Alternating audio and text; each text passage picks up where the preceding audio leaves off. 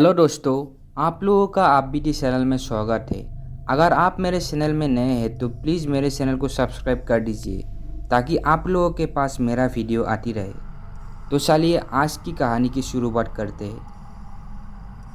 ये कहानी एक रूह की है जो एक बंगले में कैद है। वो अपने अधूरे काम पूरा करने के लिए उस बंगलों से मुक्त होना चाहती है, पर कुछ अनोखा तांत्रिकी शक्ति की वजह से वो बंगलों से आज़ाद नहीं हो पाती। तो वो कौन है और कैसे आज़ाद होगी, हमारे इस कहानी में जानते हैं। अमन एक सपना लेकर मुंबई से आया था।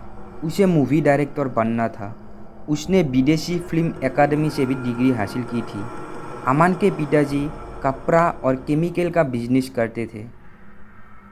उसके पिताजी अमन को बहुत प्यार करते थे, इसलिए उसके हर सपने को कदर करते थे। अमन के पिताजी ने सहमति जताए हुए अमन को मूवी डायरेक्टर बनने के लिए भेजा था।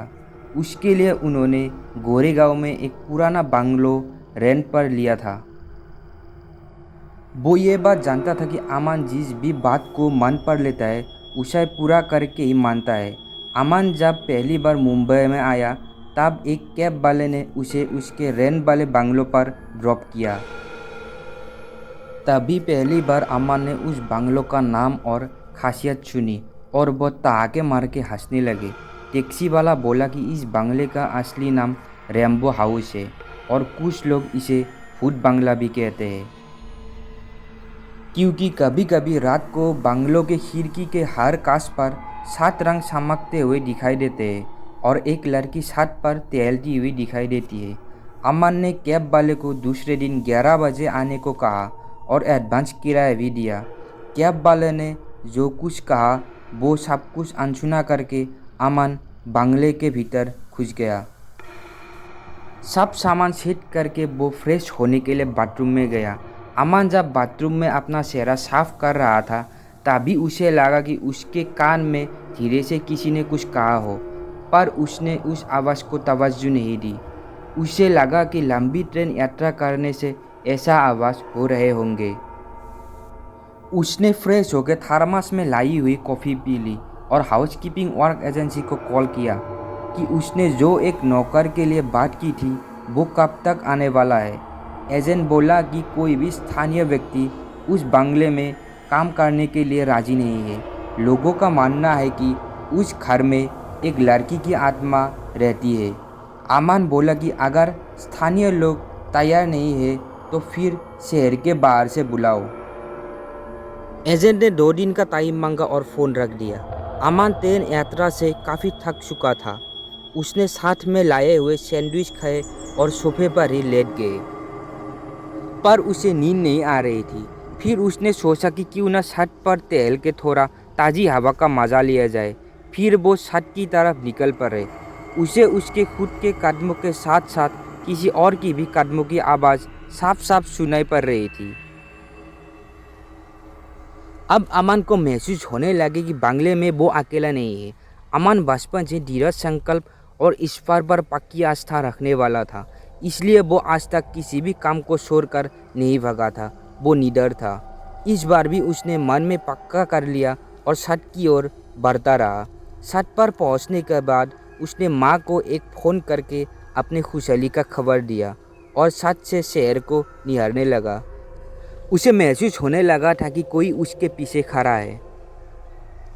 उसने धीरे से पीछे मुड़कर देखा, पर वहाँ कोई नहीं था। कुछ देर टहलने के बाद वो बेडरूम में जाके सो गया।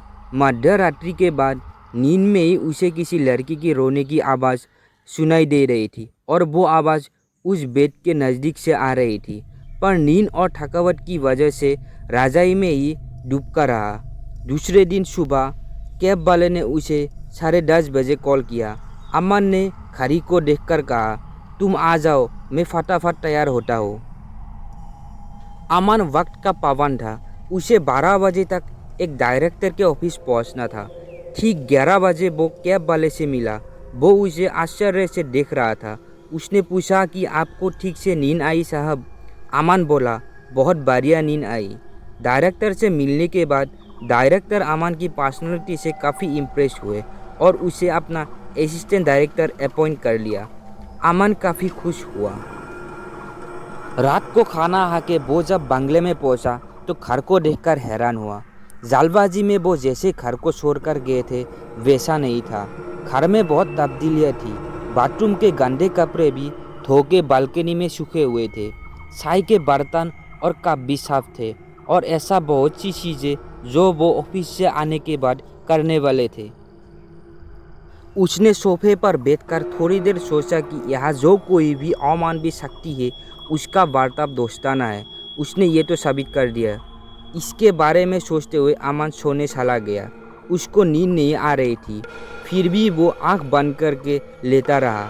रात को अचानक उसे बेडरूम में किसी के होने की एहसास हुआ और फिर वही रोने की आवाज़ आने लगी। वो बिस्तर में उठ के बैठा और अपने आसपास नज़र डाली और कहा, आप क्यों रो रही हो? उसने हिम्मत करके पूछा और कहा, मुझे ये तो पता चला कि आप किसी को नुकसान पहुंचाने वालों में से नहीं हो। कौन है आप? उस रोने की आवाज़ में एकदम से ब्रेक लग गई। वो बोली, मैं पीड़ित आत्मा हूँ जिससे कोई हमदर्दी नहीं रखना चाहता और 20 सालों से इस बंगले में कैद हूँ। जो भी इस बंगले में आता है एक रात से ज़्यादा टिक नहीं पाता है। तुम पहले हो जो यहाँ टिके, वरना मेरी फरियाद बिना सुने ही इंसान भाग जाता है। अमन उसके बातों को गौर से सुन रहा था। उस आत्मा की बात ख़त्म होने के बाद अमन बोला कि आप मुझसे बात कर सकती हो, मैं आपकी मदद ज़रूर करूँगा और ईश्वर ने चाहा तो सब ठीक होगा। मेरा नाम अमन है और आपका नाम क्या है? उसने कहा, मेरा नाम साया है। अमन बोला, तो साया, तुम्हारी ये हालत के लिए कौन जिम्मेदार है और तुम इस घर में कैसे कैद हुई? आत्मा तो कभी भी आ जा सकती है ना। तुम ठीक कह रहे हो अमन, पर मेरी ये हालत के लिए जिम्मेदार और कोई नहीं, मेरे पति है और उसने मुझे इस घर में हमेशा के लिए कैद कर दिया क्योंकि मरते वक्त मैं भगवान को साक्षी मानकर कसम खाई थी कि मैं मरने के बाद भी मेरे मौत का बदला लेकर रहूँगी। अमन ने कहा, फिर सब कुछ कैसे हुआ? फिर साया ने अपनी कहानी बताई कि इस बंगलों के मालिक एक फिल्म प्रोड्यूसर है। मेरी और उसकी मुलाकात नेताजी के बर्थडे पार्टी पर हुई थी और धीरे धीरे उसने मुझे अपने प्यार के मायाजाल में फंसाया, मुझसे शादी कर ली। उसके प्यार में मैं इतनी आंधी हो गई कि मैंने अपने बाप को छोड़ दिया। इतना कहकर वो फिर से रोने लगी और बोली, उसने मुझे जहर देकर तड़पा तड़पा कर मारा। फिर एक बंगाली तांत्रिक को मदद से मेरी लाश को इसी बंगलों के गार्डन में कहीं दफना दी और मेरे लाश को 7 रंगों के पत्तियों के जादू से बांध दिया और मैं इस बंगलों में कैद हो गई। मैं जब भी यहाँ से निकलने की कोशिश करता हूँ वो 7 रंगों के जादू मुझे रोक लेते हैं। तुम्हें मेरी लाश को ढूंढ के सारी पत्तियाँ निकलनी होगी और उसे जलाना होगा। फिर यहाँ से बाहर निकलकर अपना बदला ले सकूँगा और मुझे मुक्ति मिलेगी। अमन बोला, ठीक है साया, मैं तुम्हारी मदद ज़रूर करूँगा, मुझे थोड़ा वक्त दो। तुम ये काम चुपके से करो। मेरे पति के यहाँ बहुत से खबरी और दोस्त थे। अमन ने कहा, ज़रूर। उसके बाद अमन सो गया और साया भी खामोश हो गई। सुबह जब अमन उठा उसके बगल में गर्म कॉफ़ी के मग थे और अमन को ये बात जान गई कि ये कौन दे के गया है। अमन कॉफ़ी पीने के बाद गार्डन में टहलने के लिए गया। वो ये सोचते हुए गार्डन में निरीक्षण कर रहा था कि तांत्रिक और बंगलों के मालिक ने साया के लाश को कहाँ छुपाई होगी। उसने पूरे गार्डन की 2 बार चक्कर लगाया, पर कोई अलग या निशान वाली जगह उसके सामने नहीं आई। बाद में वो नहाने के लिए चला गया और नहाने के बाद टेबल पर नाश्ता भी तैयार था। उसने कहा, थैंक यू साया। साया बोले, कोई बात नहीं, मैं तुम्हारे लिए इतना तो कर सकती हूँ। इन सब में 3 दिन गुजर गए पर उसे वो जगह मिल नहीं रही थी। 4वें दिन सुबह अमन गार्डन में टहल रहा था। उसका ध्यान एक जगह में आकर्षित कर दिया जो कि ठीक बंगलों के पीछे थी। पूरे गार्डन के फूल मुरझाते थे, मगर उस जगह के फूल वैसे के वैसे थे। उसने जगह पर जाके ठीक से देखा तो वो फूल किसी अलग जाति के थे, मुरझाते नहीं थे और वहाँ की मिट्टी थोड़ी सी काले रंग की थी।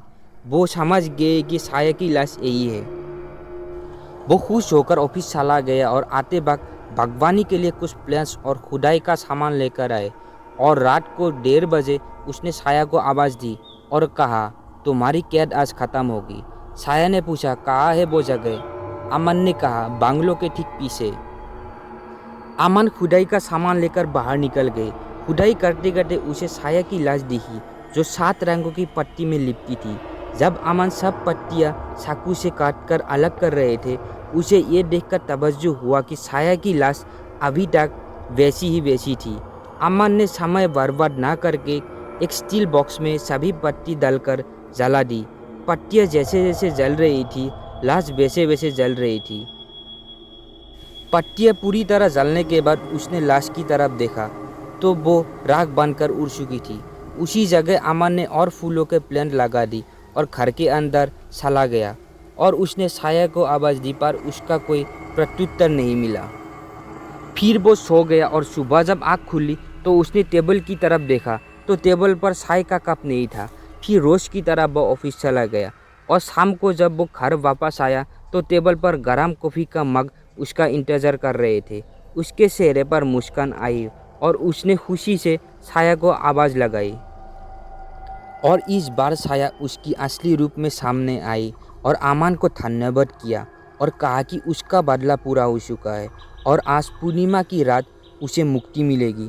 फिर अमन ने एक ठंडे हवा का झोंका महसूस किया और साया 7 रंगों के जादू से हमेशा के लिए आज़ाद हो गई और अमन के कान में उसने आखिरी शब्द कहा, ईश्वर तुम्हारे सपने पूरे करेगा। तो दोस्तों, ये थी हमारी आज की कहानी। आशा करता हूँ आप सभी लोगों को पसंद आई होगी। अगर आपके पास ऐसी कोई कहानियाँ हैं जो शेयर करना चाहते हैं तो डिस्क्रिप्शन बॉक्स में मेरा ईमेल आईडी है, तो उस पर शेयर कर सकते हैं।